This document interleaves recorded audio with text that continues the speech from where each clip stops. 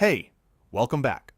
So today, we're covering four stories that paint a pretty revealing picture of where Korea's economy is heading. From cutting-edge memory chips to a petrochemical supply crunch, a bold new investment fund model, and a fascinating real estate trend tied to semiconductor shuttle buses. Let's start with the chips. Samsung Electronics' Foundry research team just made a significant announcement at ISSCC 2026. They've successfully implemented embedded MRAM, that's magnetoresistive RAM, using an 8-nanometer FinFET process, and they've achieved mass production level yields. This is notable because it marks the first time anyone has verified both manufacturing viability and performance at this process node for MRAM. Compared to Samsung's previous 14-nanometer MRAM, the new chip delivers a 62.5% improvement in write speed, an 11.5% gain in integration density, and a 52.9% jump in the overall figure of merit score. For context, MRAM retains data without power and operates roughly 1,000 times faster than NAND flash, which makes it a strong candidate for next-generation AI chip memory.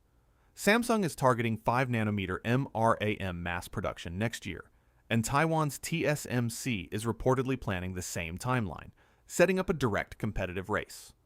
Now, shifting to a story with much broader supply chain implications. Korea's petrochemical sector is under serious strain. The prolonged disruption of Naphtha supply, caused by the Strait of Hormuz blockade tied to Middle East conflict, has forced major Korean chemical companies, including Hanwha Total, Yeochen NCC, Lotte Chemical, and LG Chem, to formally announce supply disruptions. Here's why this affects everyday consumers.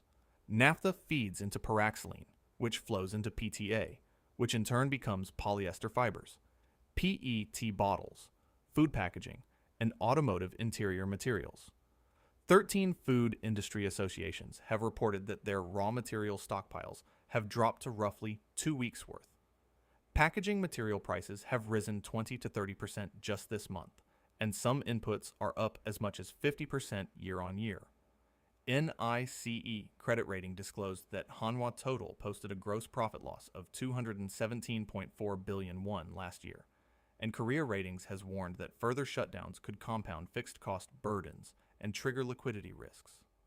On the capital markets side, Korea Development Bank Vice President Shin Hae-suk used the 15th Seoul Economic Daily Invest Forum to introduce a new concept she's calling the Policy Co-Prosperity PEF model. Speaking at the Shilla Hotel in Seoul, she announced that the government and KDB will inject a record 5.85 trillion won into private equity funds targeting advanced industries, and quickly. Her argument is that investors and fund managers should look beyond near-term return differentials of 1 or 2% and instead evaluate investments by their long-term contribution to Korea's industrial competitiveness. The National Growth Fund, which she oversees, targets 150 trillion won in total scale and focuses on future industries, not just currently profitable ones. The forum's broader theme was AI transformation and PEF innovation, with discussions on M&A trends and how private capital can support the country's strategic growth agenda. Finally, a story that connects semiconductor bonuses to apartment prices. Data from the Korea Real Estate Board shows that apartment prices in areas served by Samsung Electronics and SK Hynix shuttle bus routes are rising well above the Greater Seoul average. Yongin Suji is up 6.93% this year, Seongnam Bundang 4.33%, Hanam 4.32%, Suwon Yongtan 3.13%, and Hwaseongdongtan 2.05%, all outpacing the metropolitan average of 1.54%. The driver? Semiconductor cycle bonuses.